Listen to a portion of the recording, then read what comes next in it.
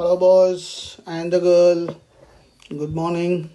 And this video is meant for class 11th biology students. And we were discussing a very important chapter called Biomolecules.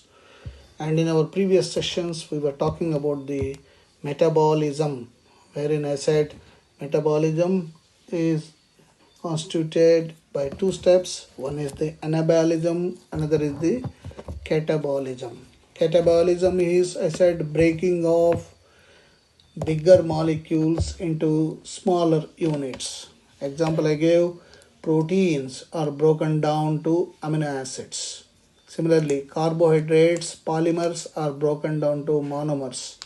I said starch is a polymer, and polymer is broken down to monomer, and here the monomer is glucose. So starch is being broken to glucose.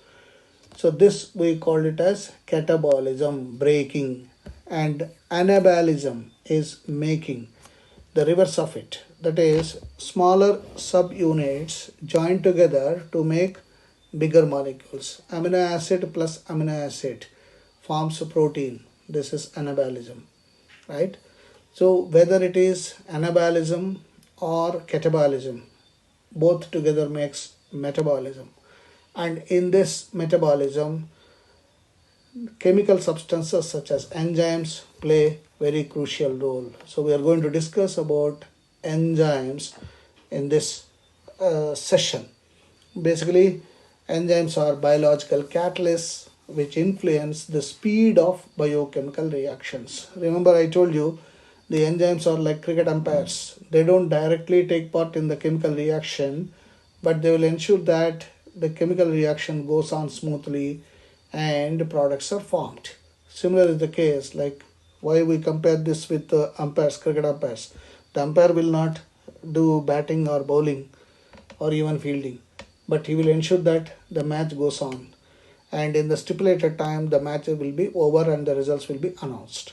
So enzymes are like cricket umpires. They ensure that reactants react together to form products, and their presence will speed up, will enhance the rate of reaction. So that is why we say enzymes are biological catalysts, right? And they influence the speed of the reaction. All enzymes are proteins. Look at that. All enzymes are proteins, but all proteins are not enzymes. Why? Basically, enzymes are the another form of proteins. Proteins will form that, but all proteins will not be enzyme, because proteins will be of different types, and they cannot be forming the enzymes. That is why the statement all enzymes are proteins, but all proteins are not enzymes, because all the proteins will not do the works that enzymes will perform. Third, enzymes are specific.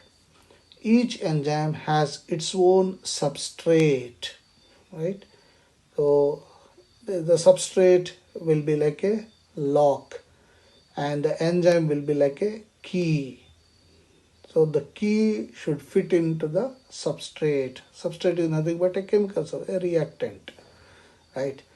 And ribozymes, nucleic acids that behave like enzymes. Of course, here we say, I remember I said enzymes names will end up with ASE, so ribozymes. And enzymes form tertiary structure, 3D, with some crevices, pockets called active site, into which the substrate fits in. So there will be a place called active site, and that will be having the substrate accommodation. Now look at that.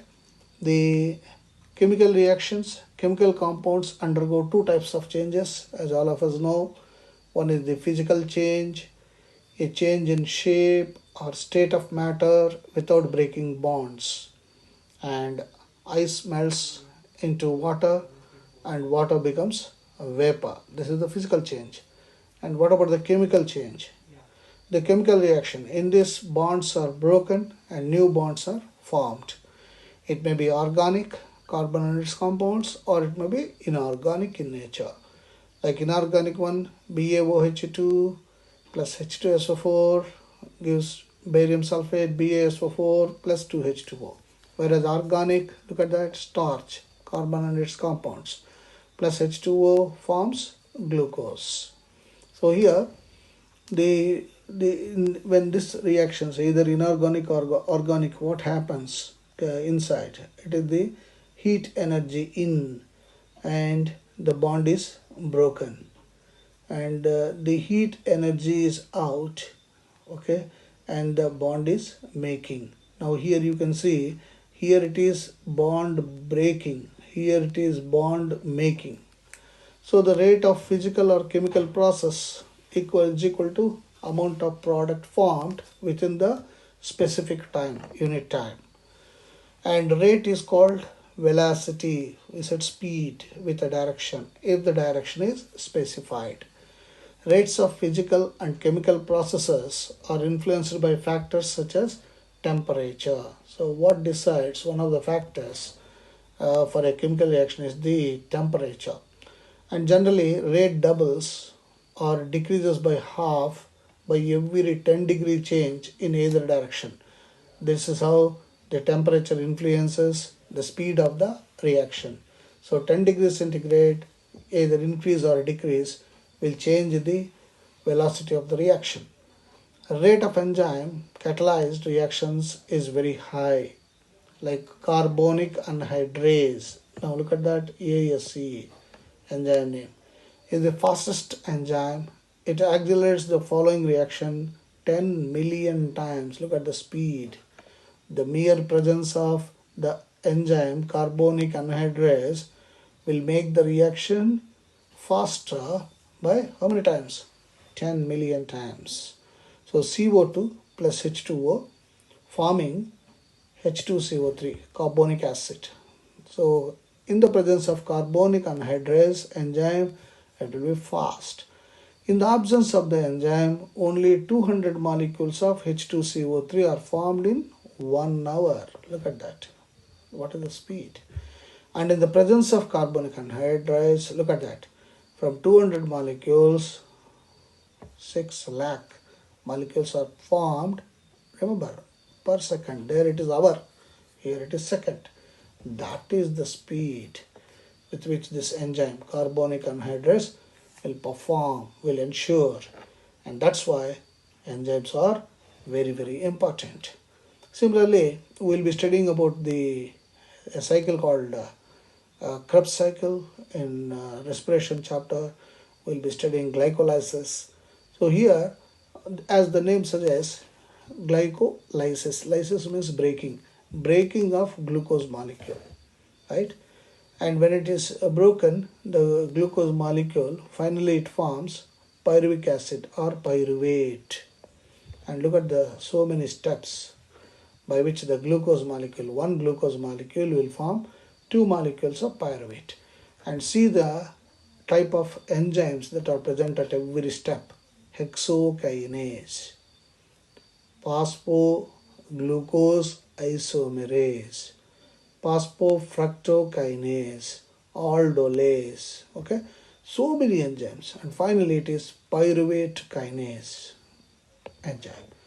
So one molecule of glucose basically forms 2 pyruvic acid during glycolysis, and at every step there is presence of an enzyme. So enzymes acts with the substrate like a lock and key model action. Just like you got a lock in your home and you want to open the lock, you have to insert the key, suitable key, and twist it, the lock gets opened. But if you put a wrong key in the lock, how much ever you try, the lock will not get opened. The reason is the key did not fit into the groove of the lock. That means the groove present inside the lock and the teeth that are present in the key must tally. Then only action takes place. Here is the same. So it includes the following. Substrate binds to active site of enzyme. First, the formation of this substrate plus enzyme. E plus S. Enzyme. E for enzyme, S for substrate. This is the step number 1, formation of ES. This induces some changes in enzyme so that the substrate is tightly bound with active site of enzyme to form ES complex. This one, enzyme substrate complex. And look at that groove and the teeth of the substrate. So then only it fits in. ES complex will be formed. The active site breaks chemical bonds of substrate. This active site breaks the chemical bonds of the substrate to form EP complex now. EP is enzyme product complex. Look at this blue one, product. And the enzyme releases the products and the free enzyme is ready to bind to other molecules of the substrate. Now look at that, the product is formed. So reactant, it has started off with reactant in the beginning of the reaction and finally product is formed. So E plus enzyme, P, that is E for enzyme, P for product. And this enzyme is ready for the next reactant, next substrate. So this is called enzyme substrate complex, and this is easily explained with key and lock mechanism. Key and lock mechanism. So this pathway goes through some unstable transition state structures. That is how it goes. So how do enzymes speed up a chemical reaction? This is related to energy. Look at that. It is called concept of activation energy. Now here we are representing this graphically. One is the progress of reaction on x-axis. Here this is the x-axis. And the potential energy is plotted on y-axis. So x-axis, y-axis. Now you can see the substrate S, and as the substrate forms the product, this is the product, this is the substrate. Now look at the energy levels. As we reach, as the progress of the reaction starts somewhere in the middle, you can see the peak. Okay, right? Look at this and look at this. This is activation energy without enzyme, activation energy with enzyme. So the presence of enzyme will make the activation energy less and sooner the products are formed. Whereas without enzyme, look at that, transition state, this much difference in the energy. So activation energy is the additional energy required to start a chemical reaction. It is the additional energy. And in an exothermic or endothermic reaction, the substrate must go through much higher energy state. It is called transition state energy. Therefore, activation energy is the difference between average energy of substrate and transition state energy. If the product P is at low energy level than the substrate, yes, the reaction is an exothermic reaction, means spontaneous reaction, means energy is released. It requires no energy to form the product. Easily the product is formed. In biochemical reaction, enzymes lower the activation. See, this is important. Enzymes lower the activation energy, as you are seeing. As a result, speed of the reaction increases. That is how enzymes are very, very important. We'll talk further about the enzyme in our next class. Until then, just focus on the graph and lock and key mechanism of enzymatic action.